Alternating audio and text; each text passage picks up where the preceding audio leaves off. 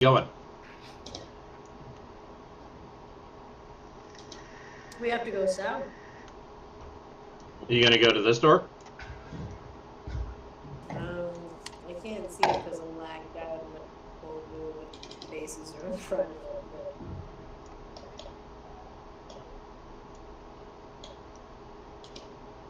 but... I think not the one inside the circle, but the one outside the circle.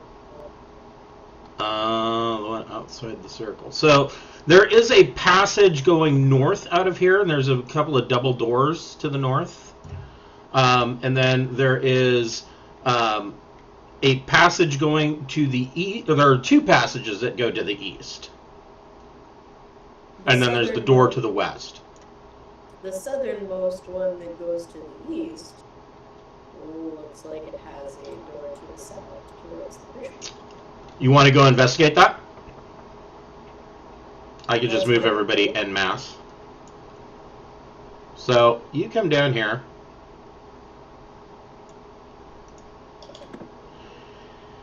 And you don't, you can't see a passage. What you see in this hallway is a hole in the floor. And it's about 10 feet in diameter. And it goes directly through the rock, and it looks like the rock was actually melted and formed into whatever this tunnel is. Well, the fish we're looking for is directly southwest. At least that's what the map indicates. It indicates, that we thought we indicated that there would be tanks and stuff. And that hole looks like something a levitating spherical overlord would use to go up and down. So, do we gotta go in the circular room entrance? I feel like that's gonna be trapped. Why would a door leading to a room that they don't want us to go into be trapped? Why would that possibly be? Really?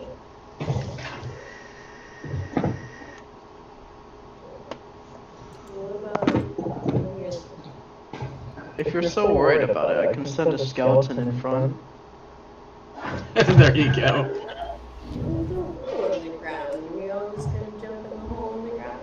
I'll kick the black chicken that occasionally shows up into that hole and listen for how long it takes for it to hit. Okay, so you kick the black chicken and you can hear it squawking and kind of rolling and tumbling through this downward sloping tunnel. And it drops down and goes around a bend and goes out of sight. But then you can, from the distance, and you can hear an echo of a...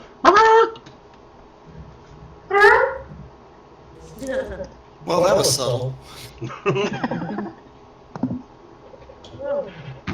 Who wants to go into the tunnel first?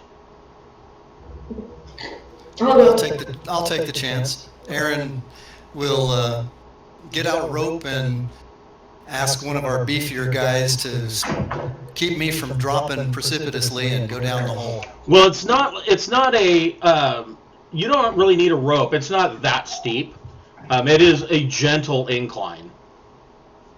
Is it easy enough to get out? It should be. I mean, like I said, it's 10 foot in diameter. Well, the vertical. Oh yeah, you could walk up and out of this hole. Okay, all right. Then I'll proceed forward and go down the hole. Okay, so Aaron and Narote are going to go down the hole. Are you putting a skeleton in front? No. Okay. Who's going to go in after Narote? I'll go in. Okay. Yeah, you don't have to worry about anything. You're practically invisible. And then I'll follow behind her, I guess. Or behind Mittens, I guess. Okay. And Flavius, you want to bring up the rear? Sure. All right. There you go. So, actually, I'm just going to fast track this because there's nothing in the hole. So you guys get through this thing and this tube, and you get into this room, and there is the exit point of this hole is about 20 feet up the wall. And in this room is so luminous violet particles drift through the air like a mist. Everybody can make a DC 12 intelligence nature check.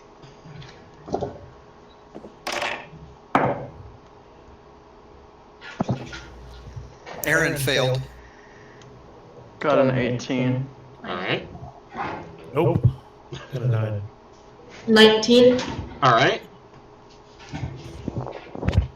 Well, yeah, is that 9? Yeah, that's 19. What about Brady?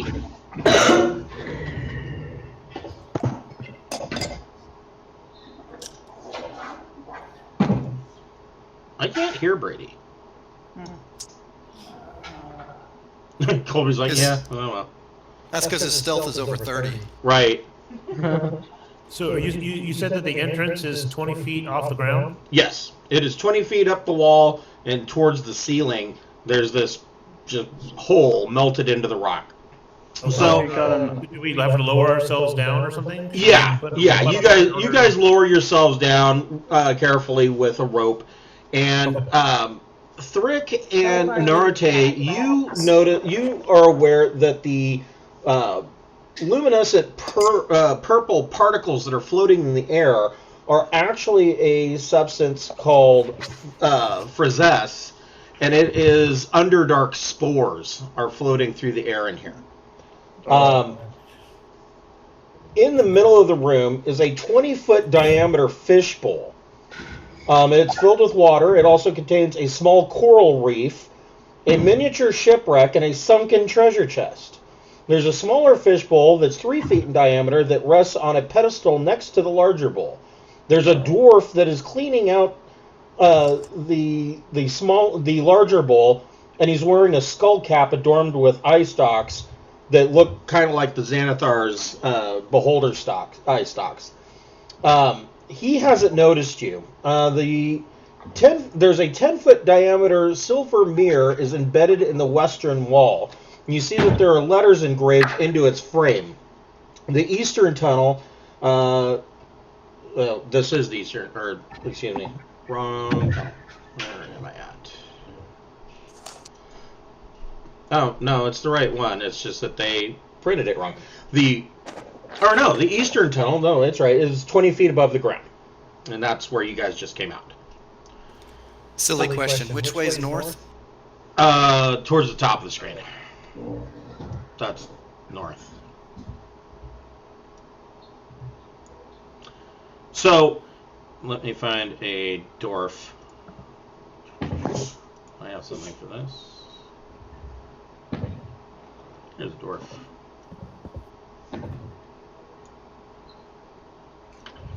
So there's this dwarf, and he is cleaning the inside of the bowl, and he's got a sponge on a stick, and he's just reaching in there. And in the smaller bowl, you can see that there is a trout-sized goldfish swimming around this 3-foot diameter bowl, while the dwarf cleans out the larger bowl. And at the bottom of this larger bowl, you see a treasure chest, and every once in a while the lid kind of opens up and bubbles come out. Okay, guys. This Anyone is my have- Harper's quest, and I'm a Harper. I feel like it's my duty, of course, to go into the fish bowl and get the necklace to look for it. That's what Jarl Axel Bayray said it would be. You guys want to grab the dwarf while I take a swim? Yeah, sure. All right, so you get whoever's going to try to grab the dwarf gets a surprise attack. Okay. Do we have Should any we way to kill make him? it silent? Should we kill him? I can kill him pretty fast. That's up to you guys.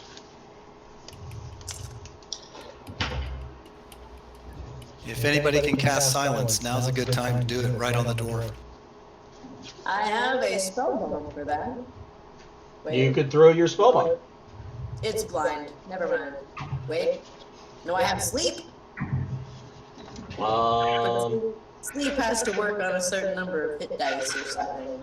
Right, it's 5d8, and then you basically have to match or go over his hit dice.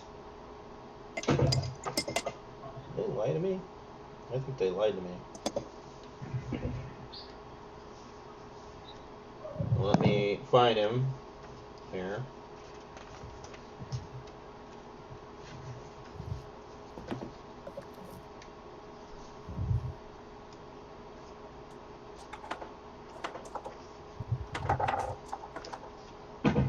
Oh my lord.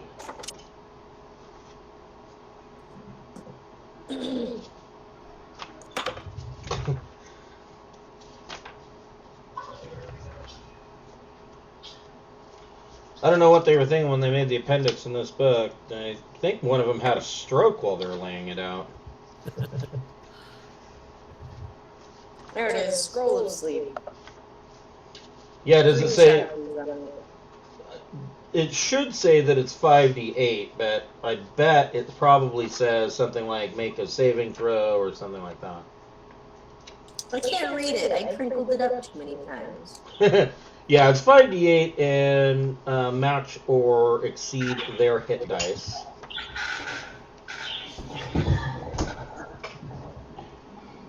So hit dice is different from their hit points.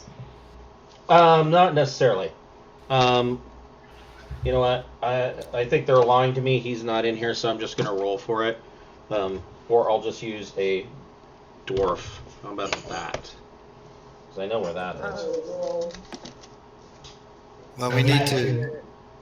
We'll attack and at least close with him at the same...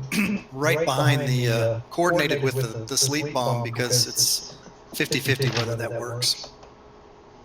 So yeah, so he I don't know, you could maybe make him fall asleep at 5d8. It's a possibility. I rolled on the online roller. Oh, Not that roll. Ooh. oh boy. Well, I don't have 5d8 ready. You really rolled on the low side. Yeah, that's really low. So your spell bomb goes off, and he gets a little drowsy for a second, and then immediately pulls out the stick with the sponge on it, and is going to use it as a club. Everybody roll initiative. Ooh, he got a 20. Ooh. Critical for So Aaron. did I. Total 25. I got an 18. 19. Hold on just a second. I will go around. I was going to say I'll go around the room. Yeah. Back in the day. Back in the day. That was 19. All right, there is hot steel pillows.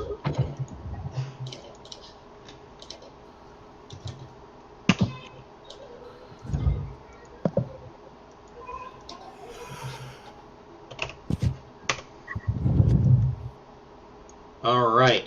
Norte, what'd you get? 19. And Telfar, what'd you get? 10. Okay. And Mittens, what'd you get? 16. And I did that 20, of course I did. And Thrick, what'd you get? 14.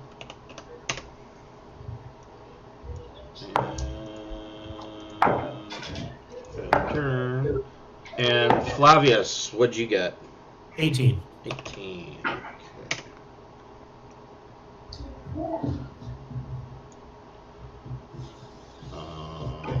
1, 2, 3, 4, 5, 6. 1, 2, 3, 4, 5, 6. Okay. 1, 2, 3, 4, Who am I missing? Oh, Aaron. 25. Jeez. Yeah, it was a critical. All right. So, Aaron, what would you like to do? Well, I've been watching this guy, anticipating this moment. So my check to see if, to understand his fighting technique is a 19. He got a and he needs to 12. do a deception over that. He got a 12. Okay. I'm Misty Step over there behind him. So, like, right there? I'm waiting for the lag. Yes. Okay. And I don't really know of any in D&D mechanics. There's not a good way to silence anybody, so I'm just going to attack him with a sneak attack. All right, go for it. Yeah, being dead is a good silencing tactic, I've discovered. Yeah, that's the one that the D&D supports. Yes. Okay, so my attack is a 23 to hit. Yep, that hits. And I do 13 base piercing damage. Oof. With a sneak damage of only 6. Okay. And I'm going to... No, I can't do anything Hold more. that That's it. thought. So how much did you do total? 13 and 6 is 19. Okay. Yep. Yeah, ouch. All right. So is there anything else? So you Misty stepped as a bonus action, so you couldn't hide. Right. I think that burns all my actions. Okay. So... Oh, no, it doesn't, actually. I can use a bonus attack from my cleric class. Oh, that's right. And do one more. No, you only get one bonus action per turn. But if I'm using... Oh, that's right.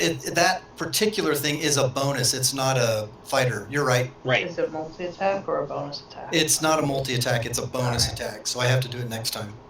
So, Ott Steeltoes is really unpleased with you. And so he is going to swing his club.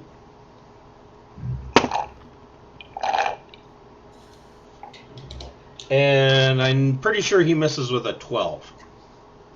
Is that... I don't remember what your AC was, Aaron.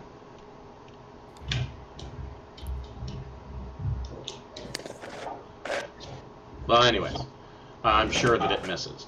Norite, what would you like to do? Okay, so I am going to run up to him, Okay. like right in front of him. Okay. Like right there. I Okay. can't move my character. Yeah. Let me, before you do anything, let me double check something here. I can do it. Yeah, it should be letting you move. I'm not sure.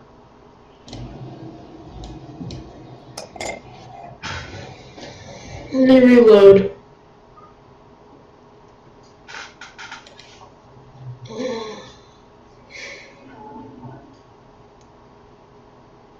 Well, I got you moved. We were running into some problems with it lagging out last Saturday night, and the two things that we discovered with the Saturday night game and my Sunday game, we discovered that just not using the digital dice roller just made the game run smoother. And then the other thing with like the Saturday night group is just me moving the tokens around seemed to make things move faster. I don't know. We're still in the teething stages of learning all this new technology.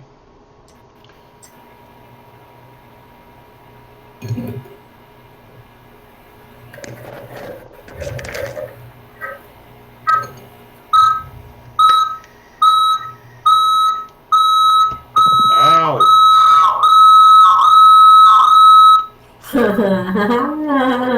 Ow! My turn? No, I'm waiting for Norite to come back. Yeah, I thought that was somebody else before me anyway. Where did they even get here?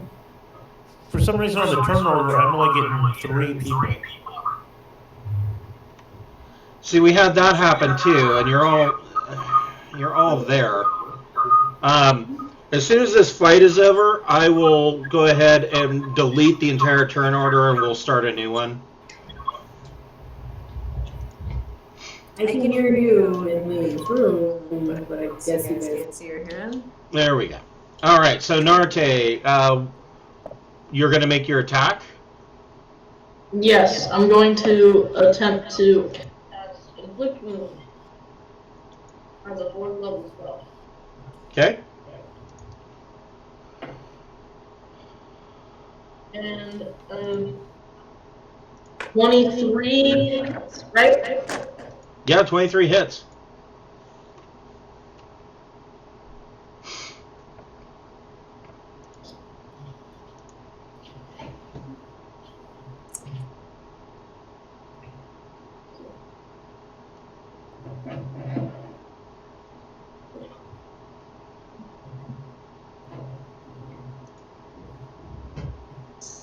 Ooh.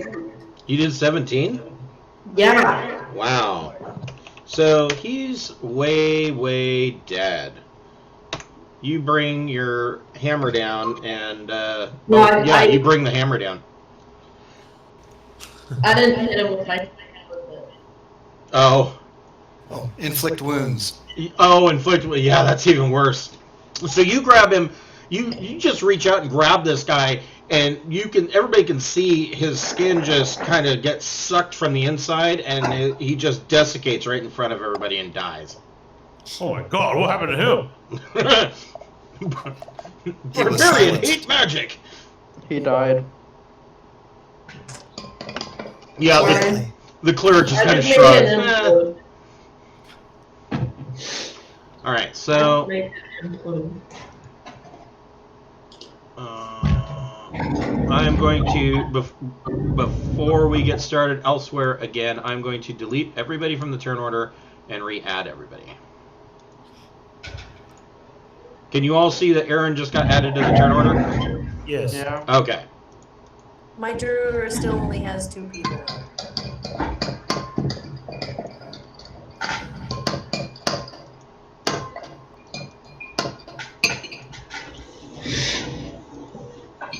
All right. So can you see everybody now? I see 6 people. Yep. Yep. Okay. So you put this guy out, and you have access to the fish bowls. Should we steal the fish? Who's gonna go for a swim? The Xanathar will become unhinged if you steal his goldfish. Just let's go look for the knock list. I will go look for the knock list. Telfar will go look for the knock list in Kill the goldfish. Okay. Leave it dead in the bowl. So, all right. So you dive into the fish bowl. Do you have anything that will let you swim?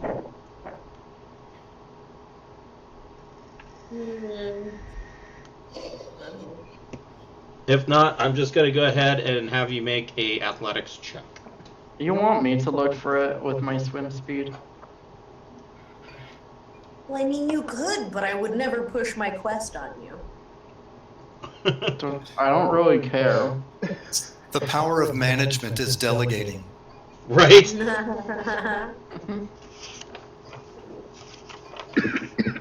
Well, Telfar will try, I suppose, and then, you know, you can totally help. And I thought the Harpers were manipulative anyway. Well, they kind of are. The goody-goody do-gooders. Well, they manipulated Telfar into doing this quest. You guys all do with my Harper's quest. It's... I got a 11 on my athletics check. Okay, so Telfar dives into the large fish tank and is swimming down towards the bottom.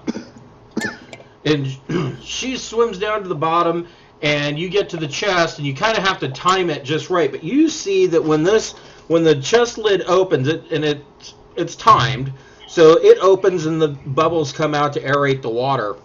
And you can see that there's a whole pile of gemstones in there, large ones. They're like the size of my fist.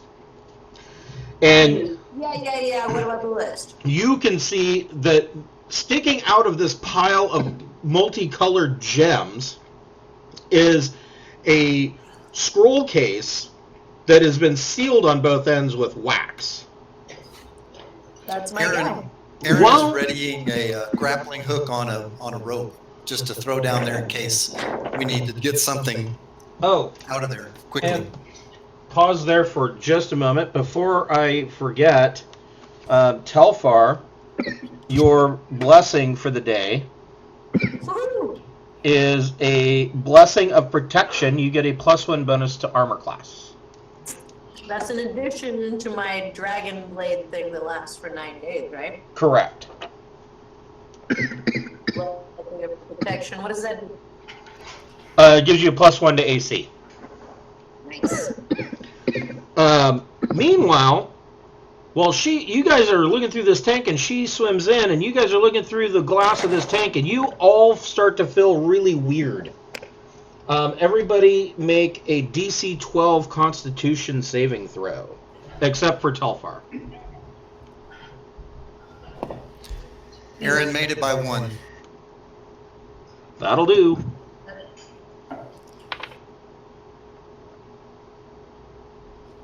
I'm so angry right now.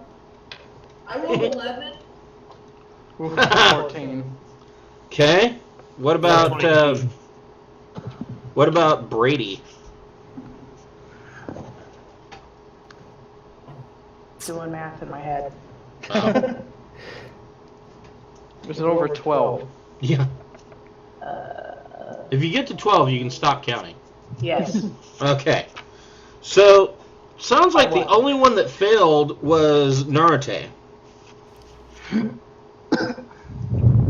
Which, that's always a good time.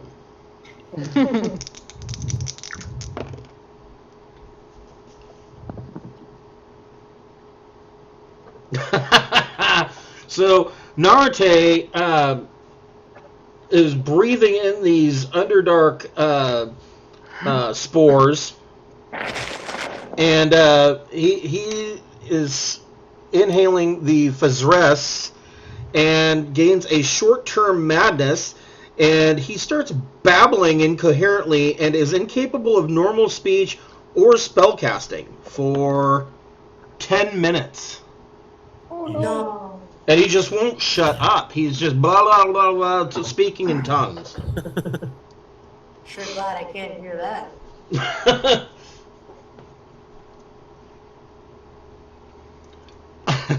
So, Telfar, make a dexterity check. Oh, I'm good though. Oh, natural 20. Oh, really? Okay. Yes. So, you patiently wait, and you reach in and you grab the scroll case. Do you want to try it again and grab the gems? Or No. grab a fistful of gems? Nope. No? You're estimating that each one of these gems is worth 100 gold pieces, and there's like 30 of them in here. Sure, but we got somebody with a swim speed and everything, way stronger and everything than I am. I can just let him know, hey, I think there's kind of a fortune down there. But I'm gonna wait because I'm here for the knock list, and if I don't get that, then no amount of gems are gonna satisfy me. Okay, so you have this scroll case, and I take it you're going to swim back up? Yep. Okay, so you come out of the fish tank, and you can hear Norte just sitting there babbling to himself, and kind of looking around wide-eyed, and like he doesn't understand why he can't speak normally.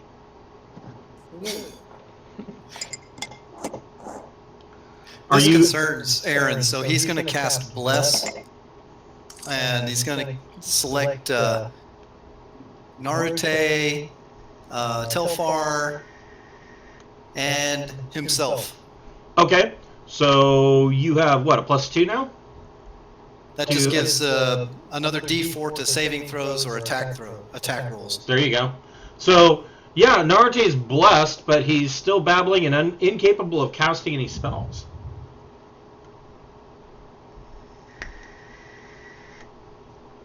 Now, one thing that would definitely cure this would be a greater restoration. What about lesser restoration? Because it's temporary. You know, I would say that since this is a short-term madness, yeah, we can go ahead and allow a lesser restoration to cure this if you wanted to slap. Alright, then I'll cast lesser restoration on him. Okay, so Good You old can- sensible slap. yeah, sensible. Yes, you cast lesser restoration on the back of your right hand and slap him. And The verbal component is snap out of it. yes, yes, and he comes around and he's back to normal. So, Talfar, are you going to tell Thrick about this, or?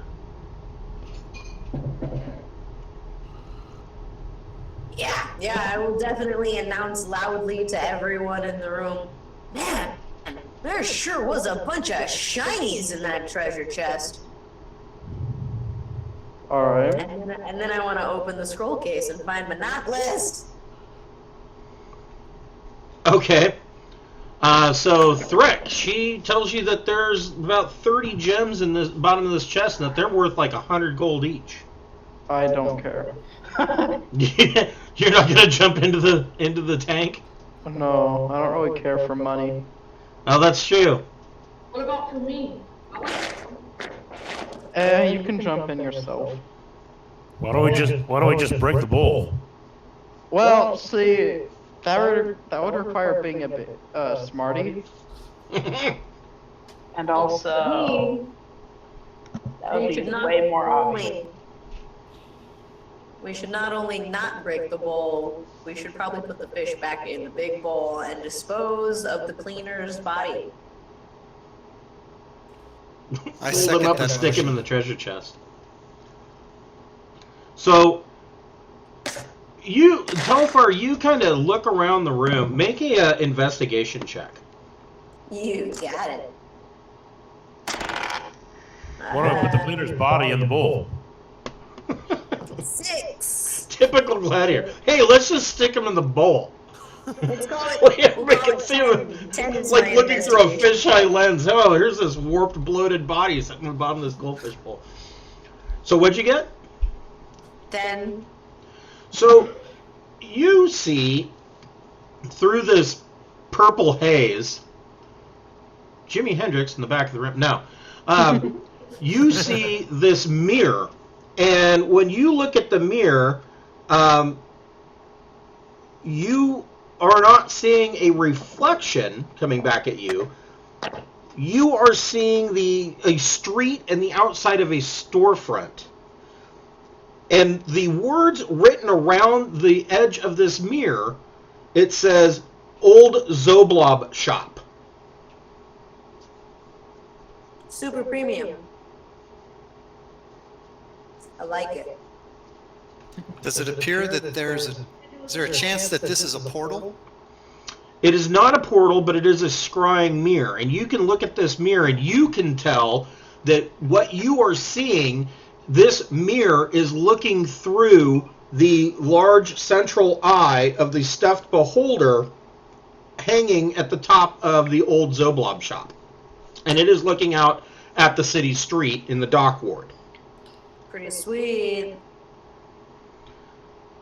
What if we destroyed this? It occurs to you that anybody who had gone to the Old Zoblob Shop, there is a good possibility that the Xanathar is already aware of your existence. Oh, yeah. He's got so many eyes.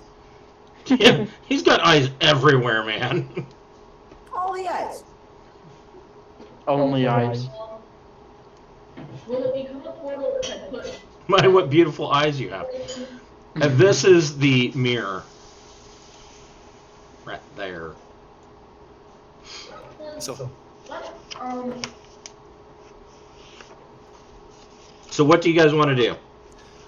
Having accomplished our mission, Aaron will investigate this area to see what if there's a place to hide a body or there's Go ahead and make an anything other investigation interesting in check. here. Chris did not say we had accomplished our mission. I still am waiting for the words you found the knock list. So are you opening up the scroll case? Absolutely. Okay. You open up this scroll case, and you pull out this the sheaf of parchment. And on the sheaf of parchment, there is a ton of people's names. And next to each of those names is like an equal mark. And it is showing noble houses next to each of those names. There's a couple of them that are in Waterdeep Palace. There's a couple of them there was one of them in the Castellanter noble estate. A couple of the names have been scratched out.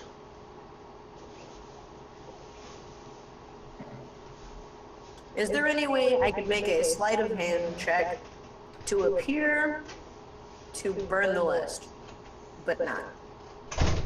Sure. So go ahead and make a... So I'm going to have you make 2 rolls. The first one is a performance check, because you're basically doing a magic trick. Sure. I know.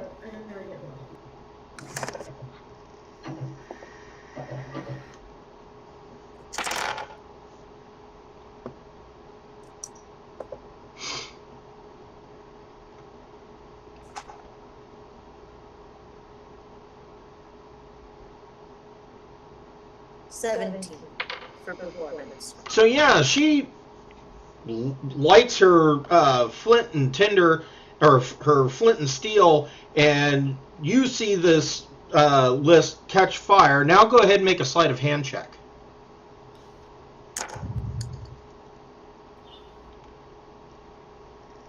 I am rolling with my super sneaky gloves for +9 to 14. Okay. 20. So you pocket the list. Does anybody have a... I know Carl does, but does anybody else have a passive perception that will beat 14? Nope. It's 22, I think, Okay. for the what your passive needs to be. Yeah, I think she rolled 14. Yeah, she rolled 14. So if you have higher than 14, you see her pocket the list. How do you confirm what passive perception is? Passive perception. I believe it's 10 plus your 10 plus your wisdom. Perception. 10 plus your perception. It's 10 plus your perception, and then plus for the proficiency if you're proficient in it. Yeah, it's 10. Yeah, it's 10 plus your wisdom score. If you are proficient in perception, you get to also add your proficiency bonus. Then I have a passive perception of 14. Okay, so you see her pocket the 15. scroll as well. I'm not gonna say anything though. 18. So basically, almost everybody except for Flavius sees you pocket this scroll, and Flavius is just clapping, like, wow, that's an awesome trick. Actually, that's just what I was going to say. Do it again. Do another one. So, Carl, what did you get for your investigation check? Let's see. Click. 25. Okay, yeah.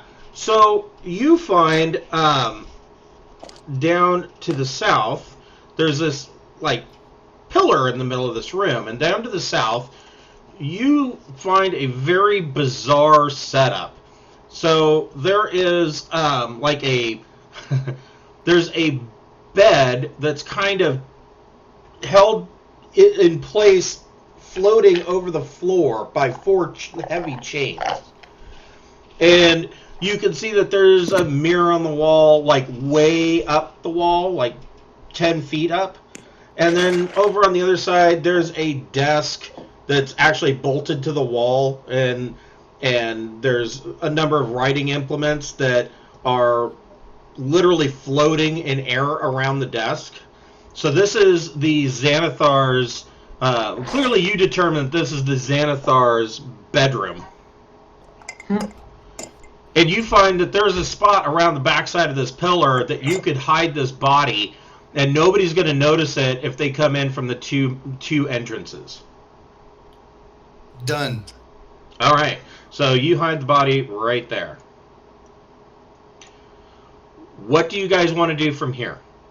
So I take it you're not going to go back into the tank and take any of the gems. No. Okay. I would like to put the fish back in the big fish bowl. Okay. Make a dexterity check. You can make a dexterity athletics check. Can't use acrobatics on this one. You want me to just rotate it to make sure you don't drop it? 19. Yeah, you're able to. As a halfling, this is a large goldfish. This is the size of a large trout. And you're able to wrangle this goldfish slippery and flipping out, and you're able to drop him into this larger fish tank, and it kind of swims down. It's like looking at you guys. While this is happening, oh, sorry. I wanted to look at Xanathar's desk. Okay. You are down here. Make a investigation check. 18. Okay. On an 18, you find a number of very strange notes that are written, and you find a journal that is entitled on the cover, "The Xanathar's Guide to Everything." And you find little notes scribbled, like on, if there are post-it notes, that's what these are. They're like little notes that he scribbled out, talking about various topics. Guys, we can learn spells from here. Okay, this doesn't appear to be guild crippling, which would be useful. This looks sort of like his diary. One note that you find says, "So where are you from?" And people, and the people who did the procreation thing to make you, are they still alive? Okay, cool. I actually don't care. I'm just, making small talk while my minions sneak up behind you. Haha, made you look. And that's written on a note. Okay. What a prank. So I'm not seeing anything that would help us against the guild as an organization. This looks kind of like the weird humor of a madman. Yes. Yeah, you're not even sure that some of it's humorous. He's messed up. He is clearly paranoid. I think we should probably GTFO, guys. We did our quest, yeah. So which Agreed. direction do you want to go out? The way you came in, or out the northern door? Backtrack. I think we should go out the middle. Yeah, we don't want to. We want to avoid that arena as much as possible. Are you sure? Harper wants to be Pretty stealth sure. no matter which way we go. Okay, Yeah, go and make your stealth check. Aaron, do you want to be stealthed as well? Oh, absolutely. This whole thing was a get in and get out. Okay, go ahead and make your stealth check. 25. All right. I'm gonna try stealth 29. this time. as How well. stealth? You what? I'm gonna try stealthing this time. All right. Yeah, I'm gonna do 22. stealth as well. So, okay. Wow, Mitten's got a 22. Yeah. Ooh, That's Plus impressive. stealth. 21. Advantage. So hold on, I'm going. Do I not? If you're wearing heavy armor, you do. Yeah, if you're wearing heavy armor, you make that check at disadvantage. Aaron, what'd you get on your stealth roll? 25. Okay. I'm just writing it into the little blue circle on your tokens so that I know. 18. Who got an 18? Me. Okay. No rotate. All right, and Mitten's got a 22. Oh, no, 25. And Thrick, what'd you get? Oh, you...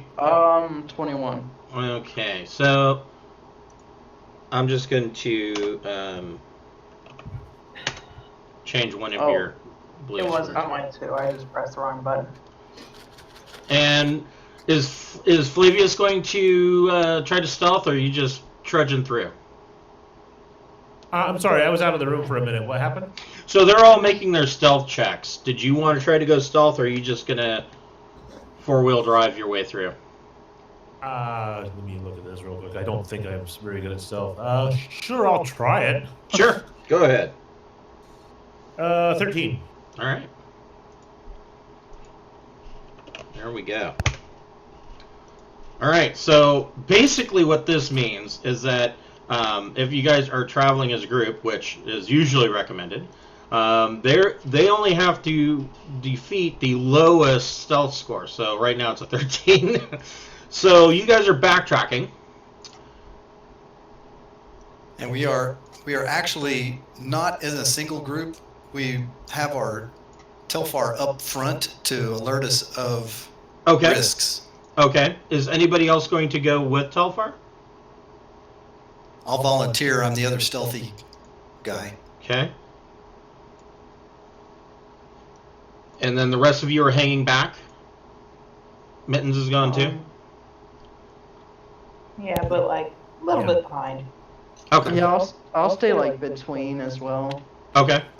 The point is to have stealth up front, and if we put everybody there, then it's the chance of it messing up gets up higher and higher. Probably be better to go that way for marching order since Narate's got a higher stealth. All right.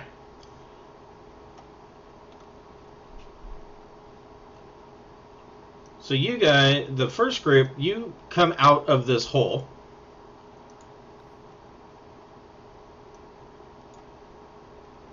And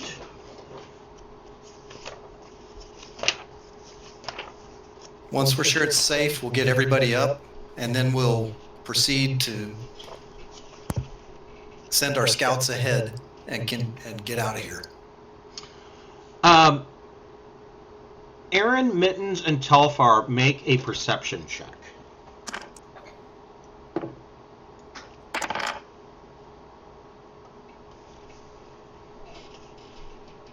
About 20. 22 for Aaron. Okay. And 17.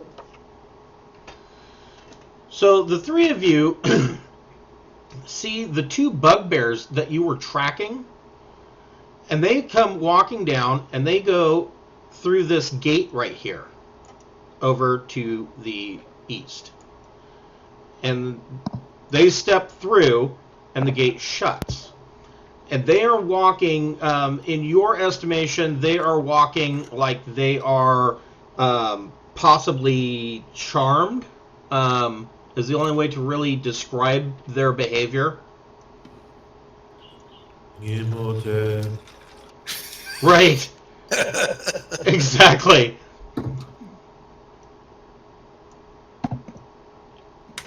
And the other half of your party is coming to the hole. Are you going to whisper to them and tell them what's going on, or that you just saw them? Do you want to follow these guys at all? Nah, I think we want to get out. We've got what we came for. They were just the vehicle to bring the object here for us. So I mean, there's a lot going on, but we're in the heart of the enemy right now. Yeah. This is not generally where you want to be. So are you gonna continue? Kill us today. You what? We don't want you to kill us today, Chris. We want to leave. I kill one character in one of my 3 games, and everybody gets paranoid. And really, that was his own fault. No, he earned it. He earned it big time. Drinking from the fountain. So are you guys going to continue to backtrack? Now we'll go west. We're not going to head east towards that door. Okay.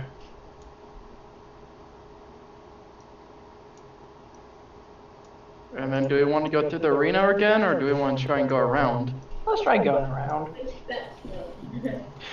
So you guys want to go to the northern door rather than back to the arena? Probably. The less we have to see Xanathar, the better. Yeah. All right. I enjoy that you're deleting them. Well, that just means that you don't know where they are. Oh, yeah. I think you're supposed to go. Right? Have a diabolical laugh. So, let's see here. Yeah.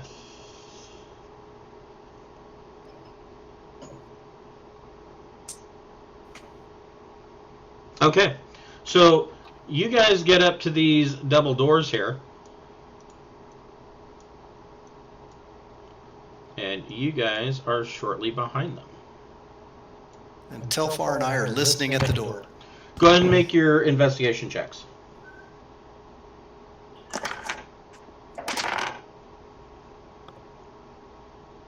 11. 11. I have my hand on my robe ready to, like... Throw something shiny. Yeah, Also 11. Oh, crud. Oops. Wow.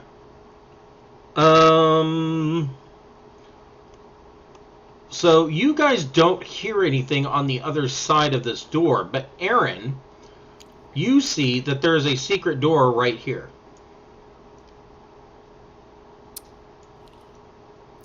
Well, we need to investigate it. Okay. Wherever you find a secret door. Unfortunately, that's a weakness of Aaron's. How is it opened? So you find a way to open this, and it just kind of pivots on the center column, like so many dungeon secret doors. And are you going to open it? Gonna listen first and then open it. Make a investigation check. 7. Wow. That's almost as bad as I can possibly do. So you don't hear anything coming from the other side. Well, that's perfectly safe. Are you going to open it? Just barely, like a secret little spy. Okay. So you crack this door open, and you look through, and you see there are 5 bald shield dwarves, their heads covered with purple eye tattoos, sitting around the edge of a glowing circle on the floor. Their eyes are all scrinched shut, but they do seem to be aware of their surroundings, but they don't see you crack the door open. Protruding from the ceiling directly above the circle is a large flaring bronze bell that just hangs. It's kind of like an upside down tuba is hanging from the ceiling, and you can see that the pipe that this thing connects to goes up into the stonework and goes somewhere else. And set into this secret door is actually set into a recessed alcove on the eastern side of this room. And the door slowly and gently closes. You're like, oh, sorry, wrong room. I was looking for fishing supplies. This is women's underwear. Sorry. Wrong floor. Yep. So, what do you find in there? Whole lot of nope.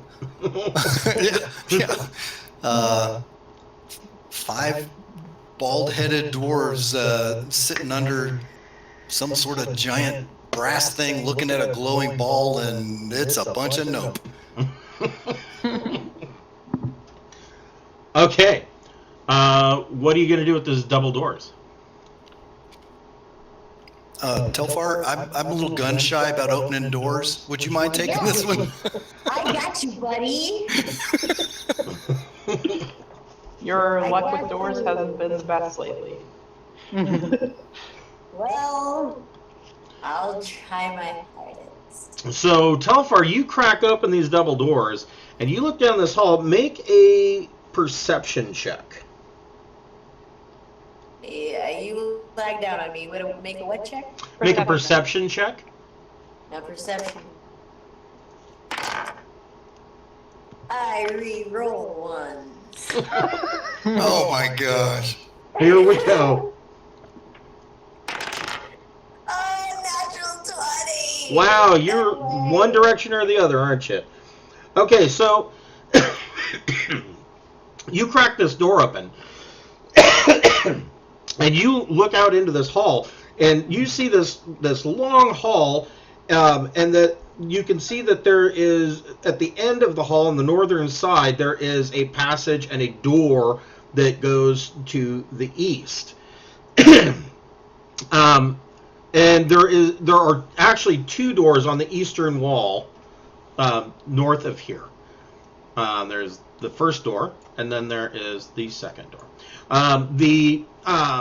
You see, hanging down from the ceiling, is this ghostly eye stalk that is looking around the room. It does not see you because your stealth is really good. 29. Oh, that ice stalk again.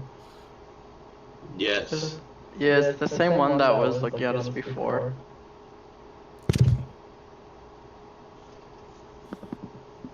Sound good. Yeah, we know likey. You also see the walls of this narrow wrong one. You see that the walls of this entire hallway are carved with stone, or there are eyes carved into the stone. And there is an optical illusion that it looks like they are all looking at you and following you. Same as the little pillars in the crescent-shaped hallway. Right. Alright. I will quietly tell my friends that we have a hallway and some doors, and we need to get down to the end of it, I reckon. Okay. Are you just going to run for it, or? I'm gonna tell him I saw one of those creepy eyeballs hanging out of the ceiling again. Okay. So I think we're just gonna stealth it. All right.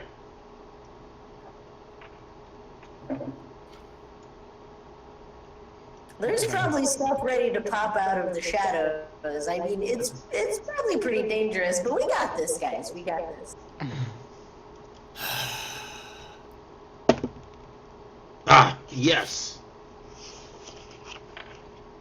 He is glad he can actually spook us. Oh no. Okay. Oh, this is gonna be Maniacal ridiculous. laughter. This is gonna be ridiculous.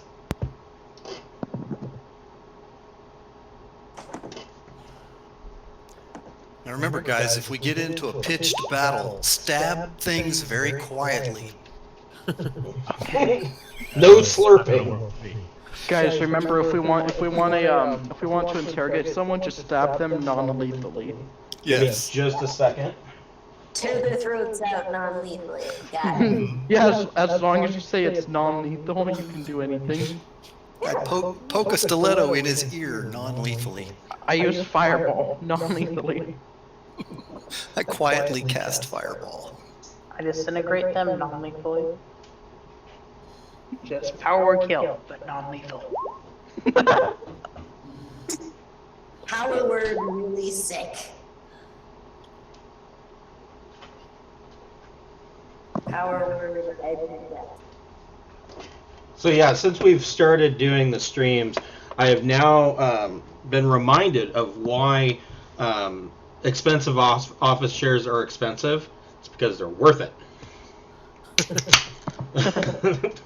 Yeah, I got one. My ass dies a daily death. So out of this, a door slides open, a secret door slides open right here. And out of this door, I don't think I have a gnome, but a goblin will do.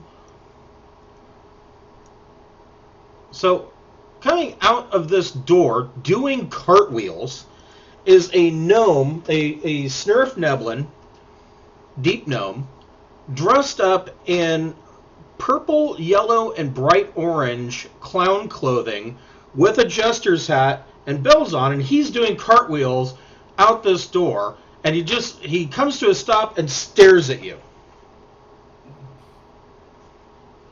Telfar is gonna clap. Yeah, that's exactly what I was thinking. Was it was time to clap? Yeah. Keep going. Woo! Very nice, very nice. Yeah. Through this door, everybody make a perception check. Oh, crap. Oh, 22. oh, I guess that's okay. Wow. 13. Ugh. 3. 26. We're all over the map. So 26 and 22, you look past this the Snurf Neblin jester, and you see here and here and down here, you see these incredibly lifelike statues. There's a tiefling that looks like they're like, you know, holding their hands up. There's a dwarf that is trying to get ready to wield a mace or a hammer. This guy down here, he looks like he tried to turn around and run from whatever it was that was in front of him. But they're all incredibly lifelike statues. And this Snurf Neblin is just like staring at you guys, and Telfar is clapping. So don't we hear something about statues? Yeah, I don't think these statues are I don't think they're statues. made. Beware the statues that bleed. They're too good. I don't even see the Snurf Neblin. You're like, what are you clapping at? And, you know, really, his cartwheels aren't that great. He only got an 8 for his performance check. Telfar tries to show him the stilts. Aaron will try to move between the Snurf Neblin and the secret door that he came out. Okay. Cut off his retreat back the way he came. Okay. And Telfar, you're going up to him and showing him your stilts? Yeah, check out my stilts. Guys, Make no way a, this is- Make a charisma check, and you can, because the stilts are actually really cool and you are proficient in them, you can make your charisma check with advantage. Yay! That is a 19 and a natural 20. My dice are so nice today. So this Snurf Neblin is really, really impressed by these stilts. And he tells you that his name is Flutterfoot Zipswiggle. Yay! And he says, Flutterfoot. he says, well, I can work as a guide for you, you plucky adventurers, if you can solve my riddle. We are so bad at that. Guys, we don't have to solve it in the right way, we just have to solve it in His a way. way. Go ahead, ask me your questions. I am not afraid. Okay, Conan. Riddle me this. He says, I come with a smile. In slaughter I rest. I can be contagious, but my medicine is best. What am I? Laughter. What do you think, Liam?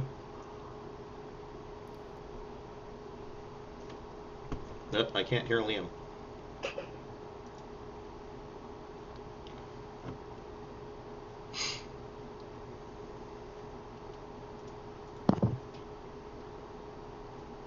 Oh, he has himself muted.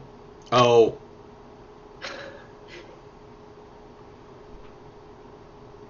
He points to Narate and he says, yes, it's laughter. It's laughter. So, what can I help you ladies and gentlemen with? And he looks at Flavius and he goes, that is a woman, isn't it? Well, we were looking for the gift shop and we got very lost. We'd like to get out, please. Says, well, if you're looking to get out, there are two ways. If you go through the first door on the east, this door here, there will be a stairwell that will lead you out. If you go to the second door, it might be a little bit more dangerous, but it will eventually lead you back to Skullport. I vote the stairway. Well, I thank vote you. stairway. Can I roll insight on what he's saying? Yeah, go ahead. Me too.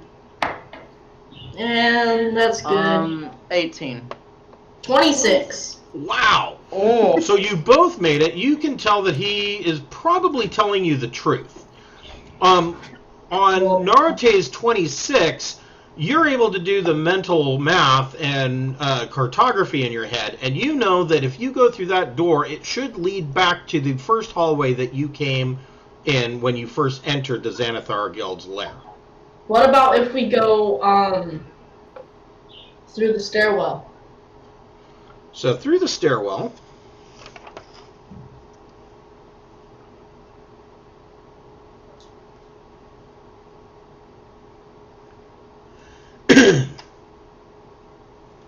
so he says the staircase of many eyes actually leads down and connects to a empty shop in Skullport, whereas the hallway leads you back to the Tower of Seven Woes on Skull Island.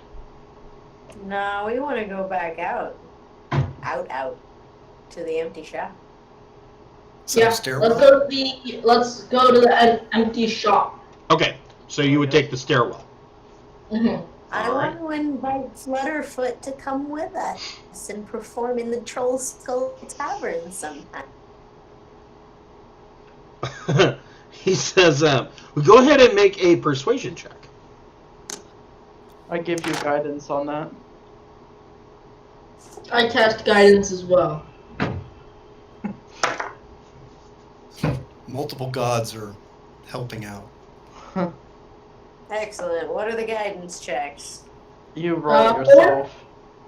Oh, alright. I got an 8 plus a 2 is 10, plus a 1 is 11, plus a 3 is 14.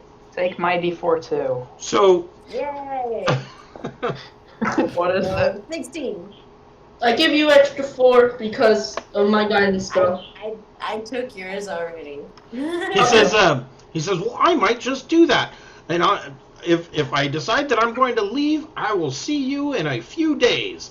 And he throws down a pouch of dust. And there's a large puff of smoke, and he disappears. And you can hear him cackling and laughing as he runs past Aaron and back down the hall to the west. Okay, Yeah, let's he's get the heck out of here. crazy. So you guys are all going to take the stairwell? Yeah. All right. Which means... Dum-da-dum-da-dum.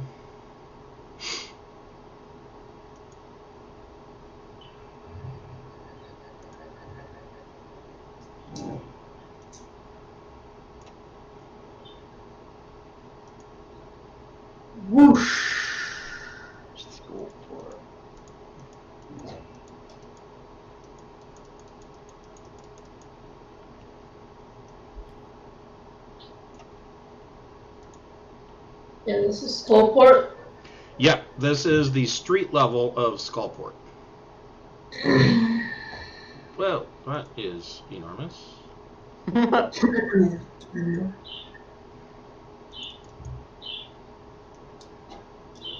I'm a giant. Yeah, you are. Okay, why is it doing that? I refuse to be contained. Apparently. Wow. This is...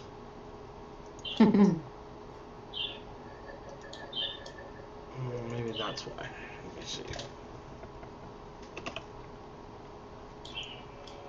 Sorry, momentary fix of this. There we go.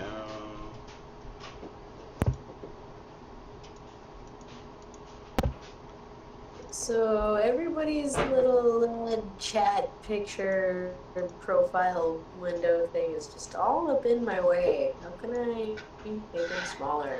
So if you click on the gear icon in the upper right-hand corner, you can scroll down to your audio video, and there is a drop down for the chat avatar, and you can make it large, regular, small. Uh-huh. All right. So now.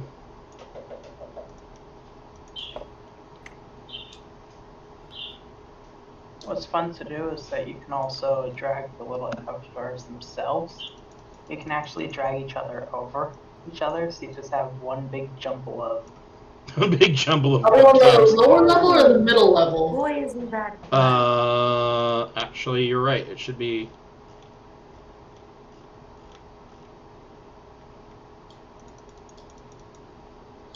Lower Is that level. better?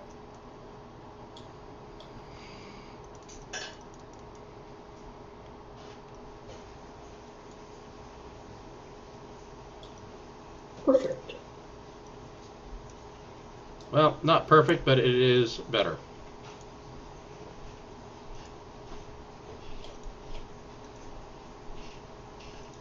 I feel puny now. It's huge. Oh, there it is. So small.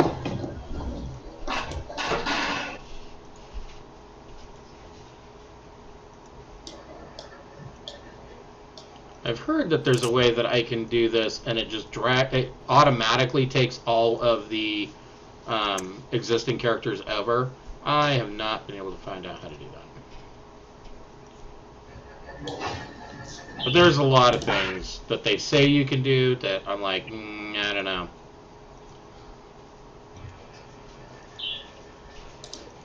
During their own tutorial, they were like, oh, well, just click on this button. I'm like, I'm looking exactly where you just said to look, and that button doesn't exist. But I'm not going to argue, because compared to some of the other options, this actually works pretty good. So you guys all come out into this abandoned building, and you kind of look over look out there's curtains on the windows, but nobody's lived here for some time. The curtains are moth-eaten and raggedy, and you can look out and you can see that you are in the street level of Skullport, and directly to the south is the old slave market. You've been here before. Well, maybe not Flavius, but the rest of you have been here before. What is this place? We need to get to a safe place and then discuss, since we've met a milestone, we need to discuss our next plans. There was underneath the skeletal giant stone spider we had. Yeah, you can go to the mansion, which is a Harper hideout, or you could go to back to the Flagon and the Dragon.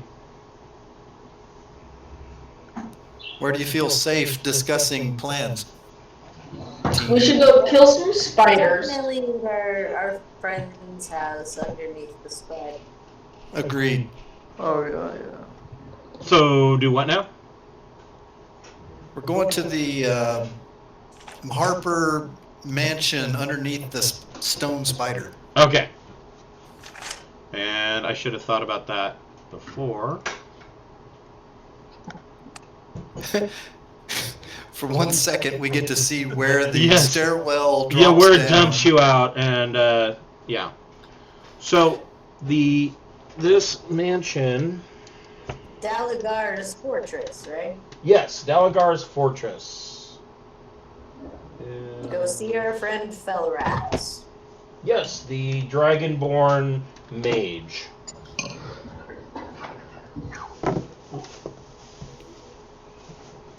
My pile of books.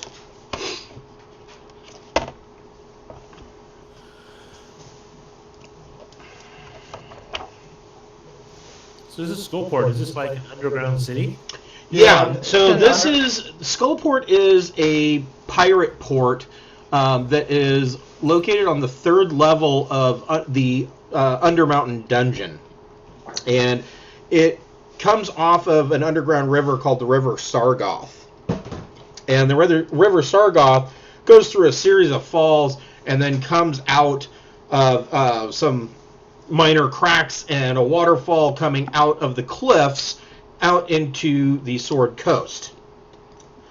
There is a actual portal that is set up that ship captains, pirates, can come up, and if they know the secret word or secret command word, or they have a wand that acts as a key, they can cast this spell that will allow their ship to go through this. It looks like they just sail right into the cliffside, and they start to go up the River Sargoth. And there's a series of locks that are set up, locks and crane systems that will pick the ship up and carry it up to the next level of the lock and take it up to the central area, which is called Skull Island. And then there's a bridge from Skull Island that goes into the town of Skullport, which is 3 levels up. And they've got the third and second level is connected and held together with planking from ships that have been lashed together with rope. And this place is basically, it's been run by a number of nefarious organizations. It is a hive of scum and villainy. The Drow were here at one point, but currently the entire area is under the command of the Xanathar Guild. And Skullport, as you guys make your way through the town and up to the 3rd level, you guys, you can see that there are flame skulls that float around this entire city, and they don't appear to attack you, but they are definitely guardians of some kind, and they sit there and babble to themselves like they're having a conversation with a creature that isn't there. And every once in a while they'll start laughing, and then the skull will go floating off. They're very, very creepy.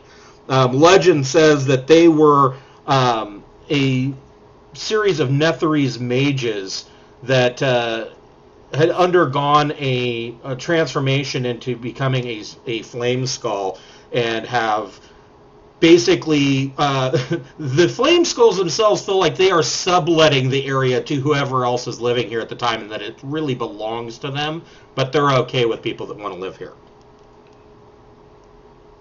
Now, you probably don't want to be around a flame skull when it decides that the lease is up, but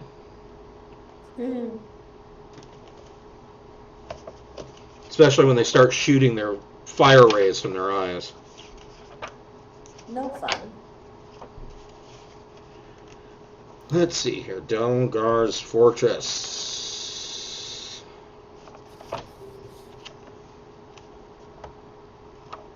.303. Yep. There we go. So, Dalagar's Fortress is number 31. He's right there. So, Dalagar's Fortress is a mansion, and it is built right into the stone. And I'm not going to bother putting your tokens down just yet.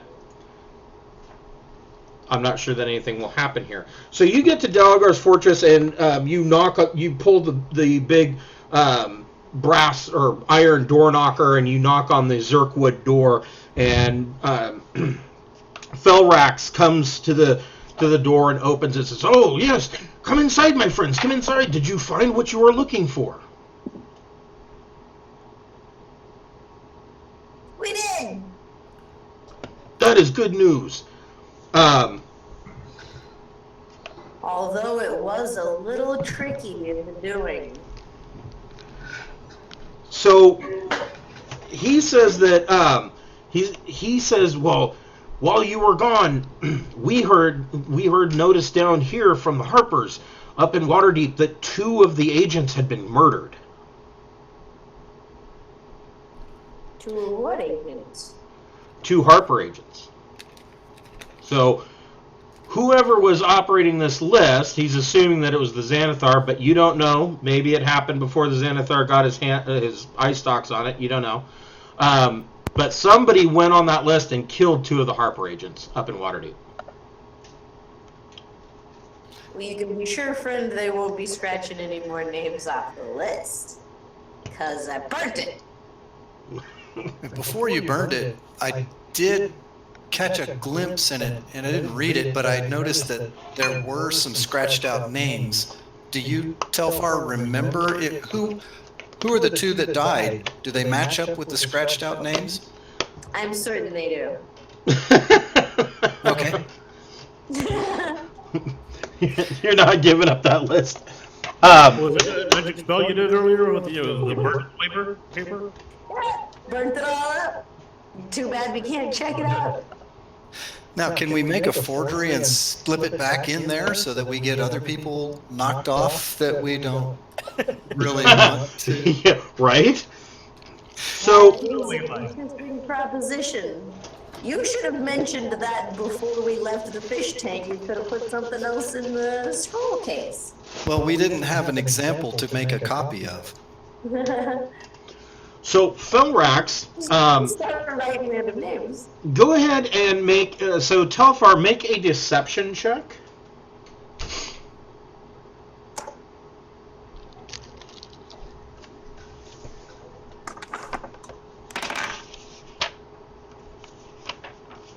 $24. Oh, That's pretty good. So Felrax believes you when you say that you burnt this list. And he says that for carrying out this this mission for the Harpers, the first thing that you all get, each of you gets 300 gold pieces. Nice. I need that. I'm very poor. If you have renown with the Harpers, your renown goes up by 1.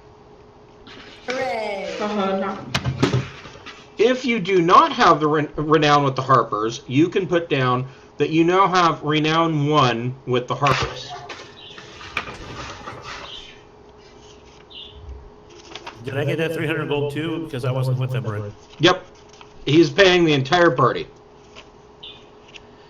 I'd like to also just offhand, flippantly remark that we happen to just, in the course of events, kill the second in command. Okay.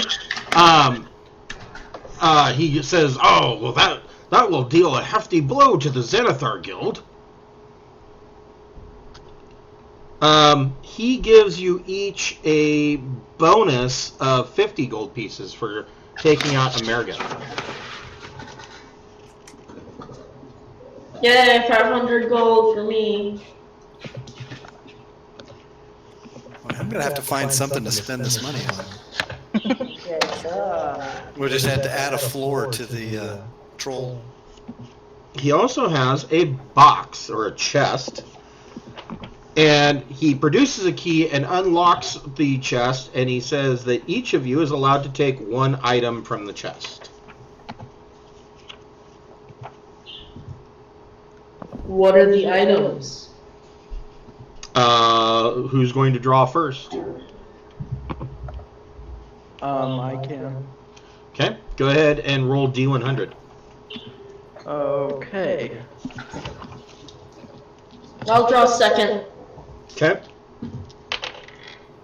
52. 52. Ooh, you pull out an Ioun Stone of Protection. Okay. So Ioun Stones are big mojo. I don't necessarily know that you need it, but, you know. Let's see here. We have a long-term. Yeah. So, Ioun Stone of Protection gives a +1 bonus to AC.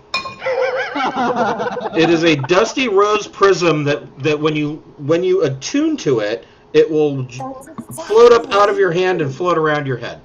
Yeah, what do you mean? That's exactly what I need. Yeah, that's exactly what you need. Just make me. I mean, you already can't be hit.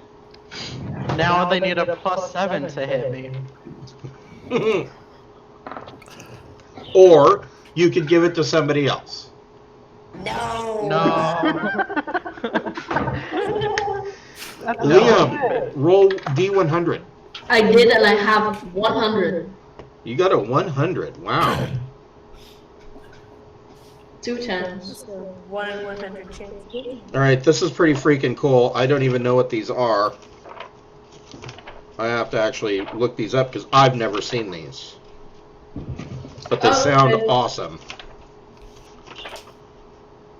You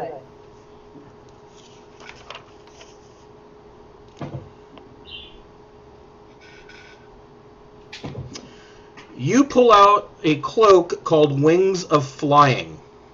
Ooh. And it's a black hooded cloak that kind of when you spread it out, it looks like bat wings. It does require attunement. While wearing this cloak, you can use an action to speak its command word. This turns the cloak into a pair of bat wings or bird wings on your back for 1 hour or until you repeat the command word as an action. The wings give you a flying speed of 60 feet. When they disappear, you can't use them again for 1d12 hours. The command word is Batman. Yes, exactly. Who wants to go next? Me, no. Dibs. What? Dibs. All right, go ahead and roll your D100. 87. Oh my God. Wow. His reaction to everything. Well, you guys are getting the good stuff. So you pull out what looks like the grip and pommel of a sword. No. It's a lightsaber. It is a lightsaber. It's a sunblade. It is a longsword that requires attunement.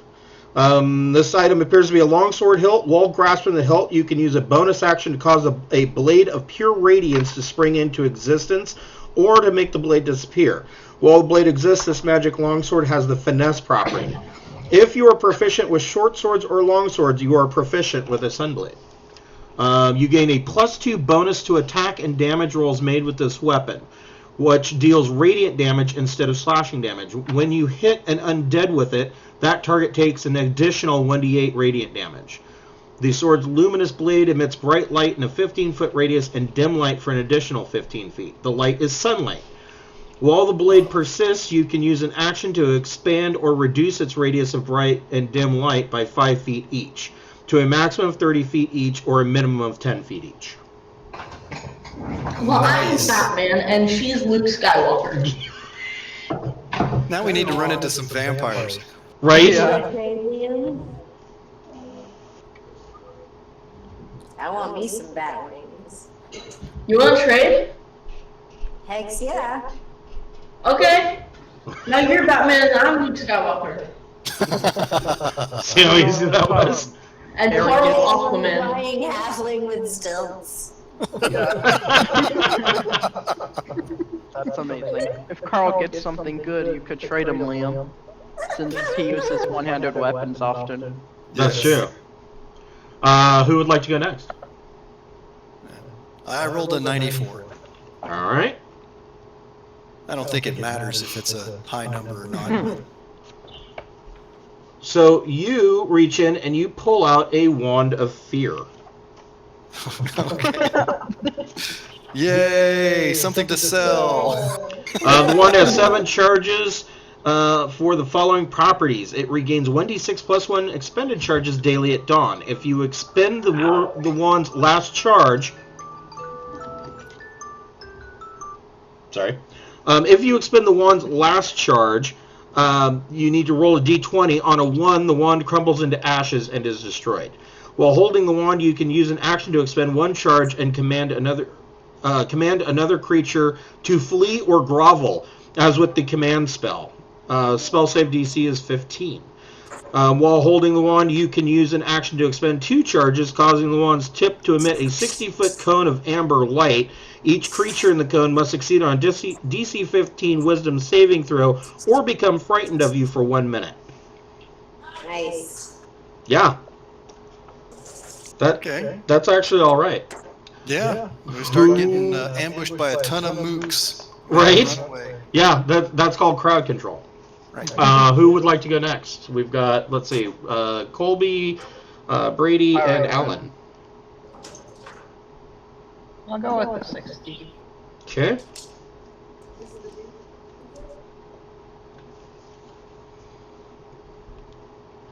This sounds familiar, but I don't remember if you guys got it or another one.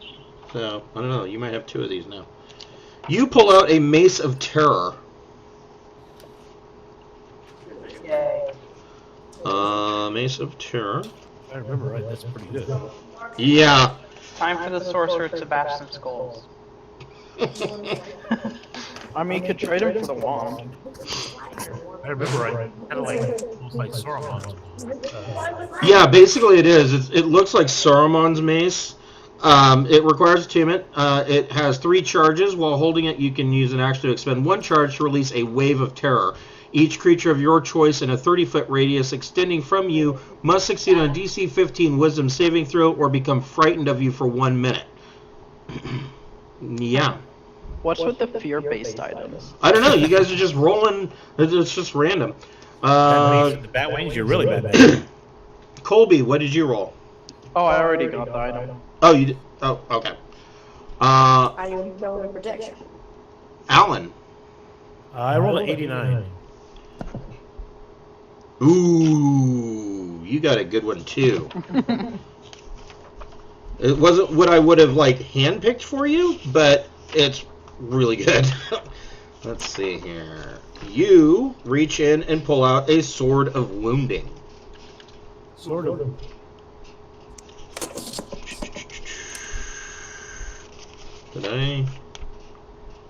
Where did I go? That's pretty good. Hit points lost to this weapon's damage can be regained only through a short or long rest, rather than by regeneration, magic, or any other means. Once per turn, when you hit a creature with an attack using this magic weapon, you can wound the target. At the start of each of the wounded creature's turns, it takes 1d4 necrotic damage for each time you have wounded it, and it can then make a DC 15 Constitution saving throw, ending the effect of all such wounds on itself on a success. Alternatively, the wounded creature or a creature within 5 feet of it can use an action to make a DC 15 Wisdom Medicine check, ending the effect of such wounds on it on a success. But DC 15 is actually kind of hard, especially for most monsters. And considering it's a wisdom check. Yeah, for most of them, it's just going to be a flat wisdom check. They don't have medicine. What are we doing? So did everybody get their magic item? Yes. Okay. So that is the question. Where do you want to go from here? I think we should clear out the giant spider and have a base above ground and a base underground too. All right. So go ahead and discuss it amongst yourselves or take a quick break. I have to go give my cat some medicine. I will be right back. Okay. Well, our overarching goal was to come down here and find magic items and take them up and sell them. Yep. And we've managed to pick up some extra quests along the way. We've just completed one with the Harper quest. Alyssa, what other open quests do we have? We have a quest to go find the Dagger of Blind sight for that, The blind hobgoblin. Yeah, the blind chief. hobgoblin.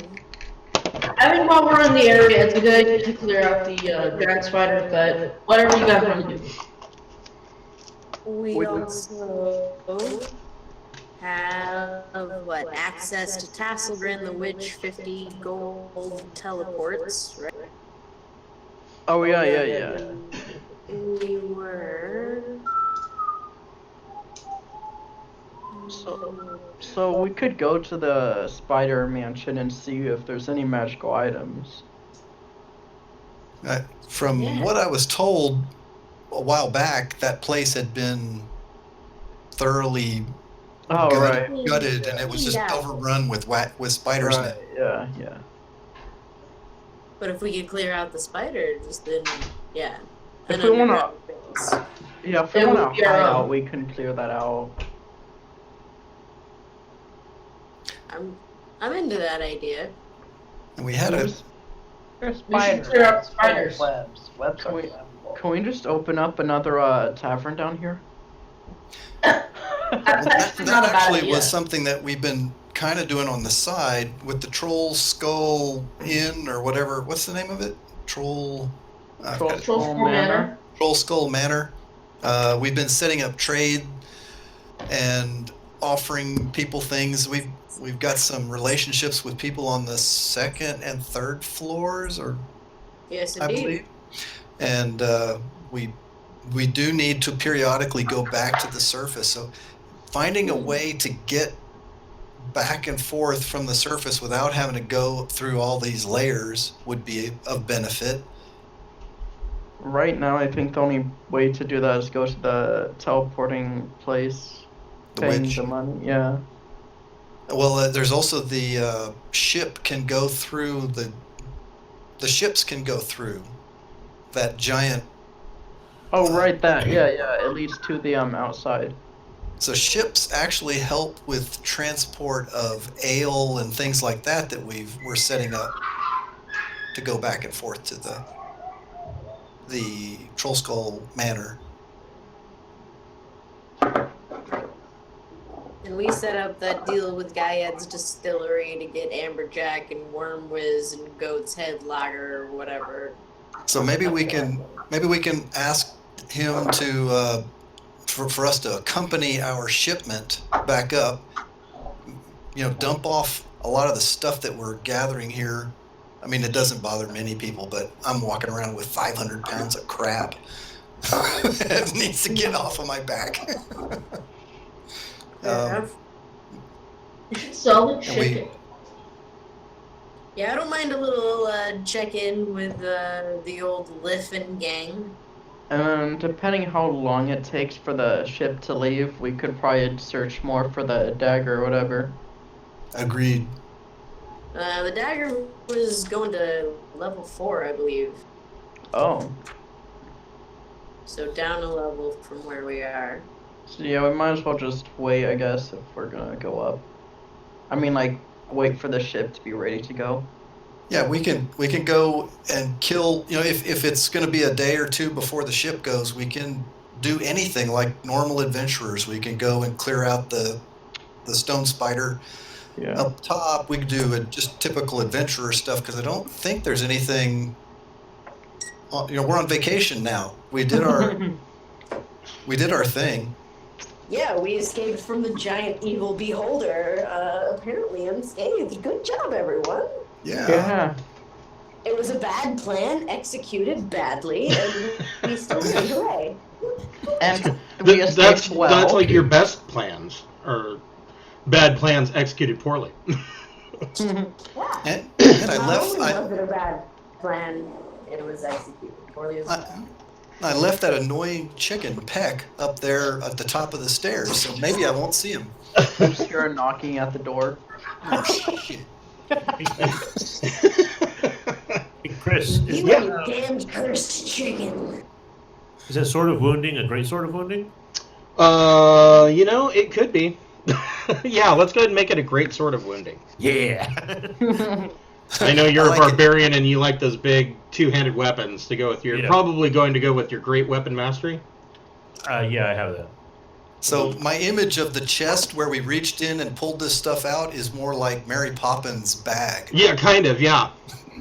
Oh yeah, well the Great Sword of Wounding does say it's any sword. Yep. It can be a great sword. Yeah. I'll go with that. Cool. So, what did you guys decide you want to do?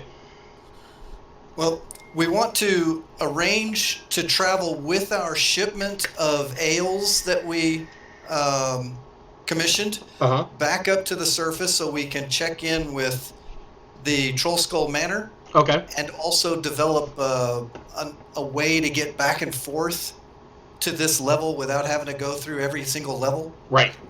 And that shipment may not occur for a day or two or who knows when. So during the downtime, we would go and explore the stone spider area or something like that. Right. So Adventurous stuff. there are technically two options for you then. The first option is that you can each pay 50 gold pieces to Tasselgrin, and she will use her teleportation circle and send you up to the attic of the orphanage in the dock ward of Waterdeep. That's the not very fastest way. profitable. That's not a profitable route. So that's the fastest way. Yeah. We're not necessarily looking for the fastest way. We wanted to go with, like, Gaiad's people. Like, when he went to send, whatever his means are of delivering the ale and the worm whiz and whatever we ordered up to the surface. Right. We were going to see if we could get in on that mission. Sure. Or Okay. what? So Ride with the cargo. Yeah. So yeah, you meet up with Dyad, and he tells you that he is going to go ahead and send his trade delegation, and so he's got these Durgar raised pack spiders. These are male giant spiders that are used much like pack mules are up on the surface. And he's just got your kegs of ale and amberjack and wormwiz strapped to the sides of these giant spiders.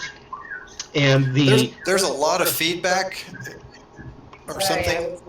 I was walking by Liam's room. I'm away Oh, now. okay. Okay, sorry. And so he's got these giant spiders that have the ale and whatnot strapped to the sides and of them, and his team driver says that he'll show you the fastest way to get back to the surface. And so you follow this team driver, and he takes you back up through partially up through the levels, and he's using the gates that you found. And he knows how to operate them to pop up. You step through a gate, and so you travel for maybe a couple of hours on one level till you get to this gate. You step through the gate, and now you're an entire level above you. And then you travel for a couple of hours to get to another gate, and you pop out, and you're at an entire level above you. And after about a half of a day, you're back up on level 1, and you get to the under the well, at the bottom of the well, to go back up into the Yawning Portal Tavern. And it will cost you each 1 gold piece, and you have to pull the string and ring the bell. Okay. Now, and during this travel, I tried to. Still, there's a lot of noise. Okay, I tried to learn the command words or the symbols that led us here so that we could do this ourselves? Yes. Was it hidden knowledge, or was that able to be gathered? Go ahead and make an intelligence check. Straight up intelligence. You can add Arcana to it if you'd like. So if we're back up, we're in the yawning portal, right? You're about to be. Okay. I only rolled a 10. That's good enough. I mean, these portals aren't really that complicated, especially considering that this guy is showing you how they operate. So a 10 is good enough for you to remember. You can now quickly travel. It takes you about a half a day, but you can quickly travel from the yawning portal all the way back to Skullport in a half a day. Okay. Bypass all of the stuff in the dungeons. Okay. So, mission accomplished, and we pay our gold. Let me subtract my gold here, and we arrange for our were-rat folks to come over there and start lugging casks of different types of ale back over to Troll Skull Manor. Right. Hold on just a moment.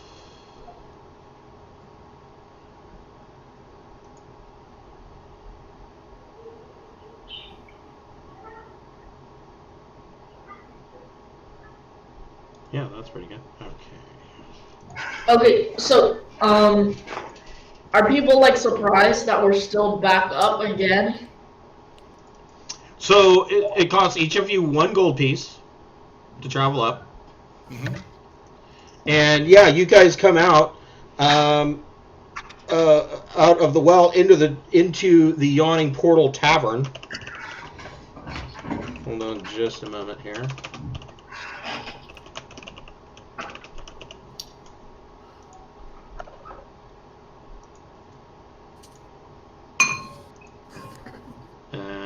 I didn't think that you guys were going to do this, but this is actually going to be pretty cool. Well, we do have responsibilities. Right.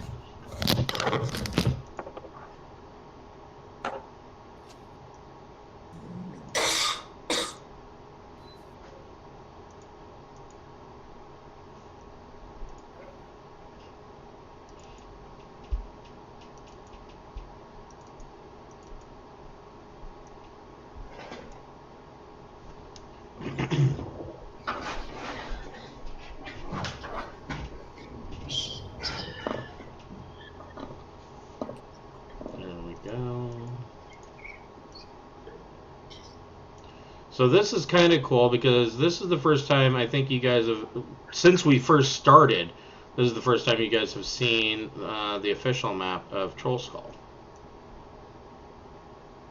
Cool. Yeah, I have it in my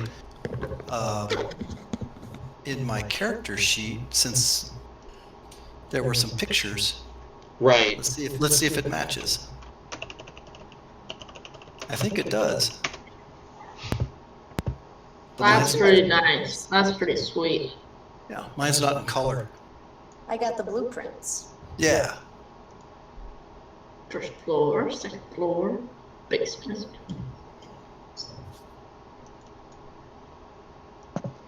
And then the basement's where the demon is, right? Actually, no. The devil, Bearded devil. the bearded devil that is playing 3-Dragon Ante is actually in this corner right here. He's playing 3-Dragon Ante with a minimum bet of whoever wants to play has to bet their soul. And in the basement, we have a bunch of were-rats. Yes. Oh, that's right. So yeah, you get back up to Troll Skull, and so these guys own, for Alan, these guys own they were deeded the ownership of a tavern in Waterdeep in the North Ward. And when they got it, it is a large manor house where the first floor is a tap room and tavern. And it was in a state of serious disrepair, and these guys ended up dumping a ton of money into rebuilding it. and it has become a rather popular location, and it also has a poltergeist as their barkeep. Really? A very well-dressed poltergeist. Yes, And he's now. You can now see where Liff the poltergeist is because he is wearing a tuxedo. And he has a very nice sand Zen garden so that he can write messages and everything and erase it and communicate. So, Telfar, do you want to make the business roll? I always do. I've been rolling 20s today. Yeah, let's see if we can't get a few gold pieces out of this place. So you can hold on here. You can roll D100, 9, 10, 12, 13, plus 13. Can I use my lucky feet on this somehow? I guess. I will allow you to use the lucky feat in that if you don't like this roll, then you can roll it again. Sweet. That actually has some bearing in reality in that Quill, my buddy that's up there, the Kenku wizard. Yes.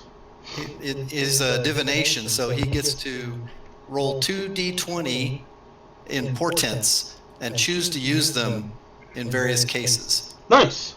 So you just say that his foresight is allowing us to do a little bit better than average. Excellent.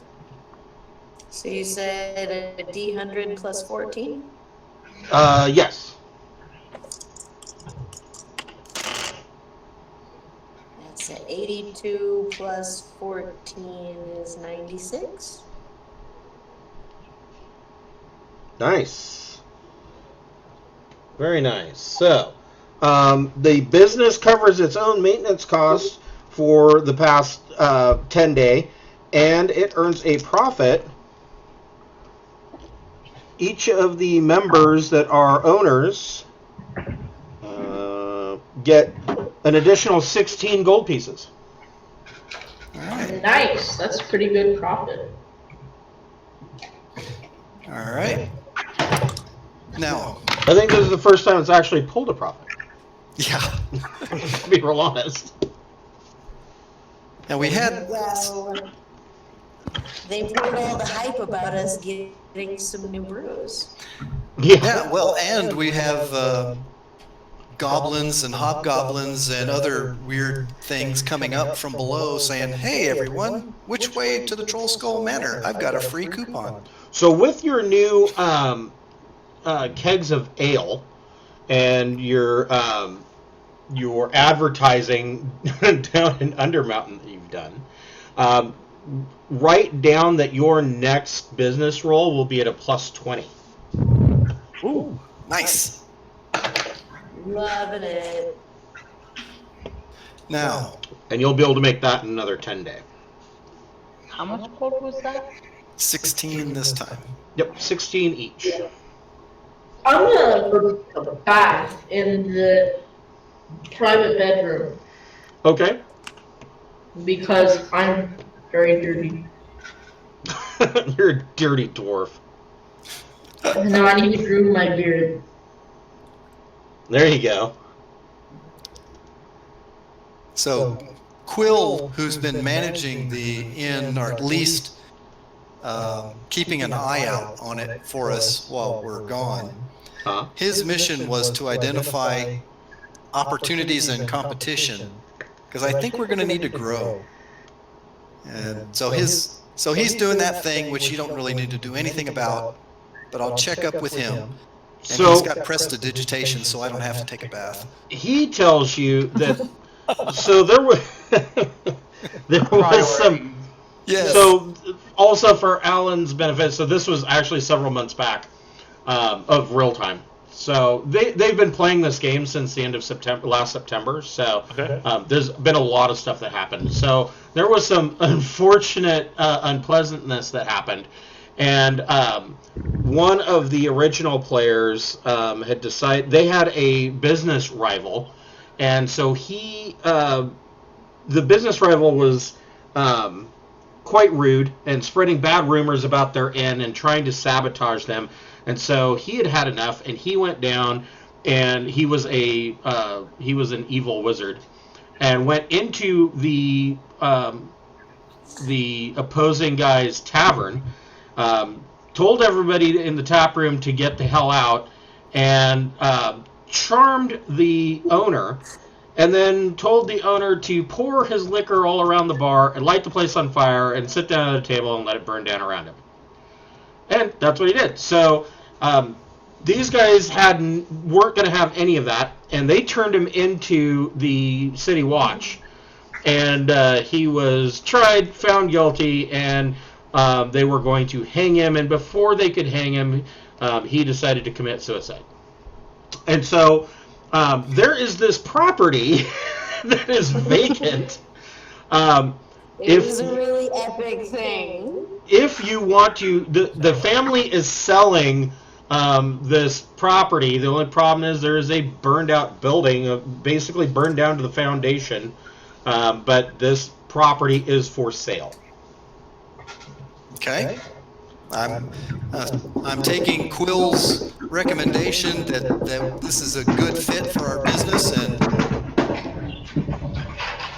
We should buy it and make it like not a tavern. Business investment, as long as we rename the place the Memorial what's his name place. yeah. Okay. Yeah, I'd have to look it up. I don't remember his name, but yeah, you could name it the Memorial So-and-so Tavern, or... It shouldn't sell like beer because we already have that. I mean, basically, you're going to have to build a new structure from scratch. Well, this So, I mean, you could make it... tavern. Let's go for an inn. Or Yeah, you something could make that. it like a hotel or whatever. Yeah, that's what I was thinking. Well, So, he tells you that they will sell the property outright for 130 platinum. Okay. Done. I've got cash and I need to get rid of it. What if we ended up making it a magic shop where we sold our magic items so we don't have to Well, shop if it's a them hotel, anymore? you can have a magic gift shop. Well, and we that's should the do other. that. That's the other thing we need to do while we're up here is there was the lady that wanted us to get magic items while we were down there. We Right. already sold Our it to her, go-to and for she riches. went back to Chult. Did she leave? Yeah, she went back to Chult. Oh, okay. All right. Her mission Then we have was the, fairly complete. Then we have the auction house with the goblins down. Then they're managing to get 3 and 4 times what normally would sell at. And we were going to work on them, see if they wouldn't do something on commission. Right. Well, yeah, you guys had already set up that you were going to do this on, that you had a commission set up with the goblins at their auction house. Right. I forget. Did you write down what percentage it was? I thought it was like 15% or something like that. Somewhere between like 10 or 15%. Yeah, I think it was like 15% that they were, whatever they sell it for, 15% would just automatically go to you. Or no, they kept 15% Yeah, in order to sell it at their I auction. don't remember, but that's good enough. Let's just done. So, what else did you want to take care of while you were at Troll Skull? Repeat back to me how much loot we had to spend for the destroyed area. So the destroyed building was going to cost 131 platinum to purchase the property outright. That means that you own the property, lock, stock, and barrel. I'll split it with you. Okay. All right. So that's what, about roughly 68 apiece. Sounds good. All right. The only thing left on this property is the foundation and a cellar. Okay. We're gonna need to. I'll get Quill and say, okay, here's the funds to buy it. Go for it. Arrange for workmen to come in here and build us an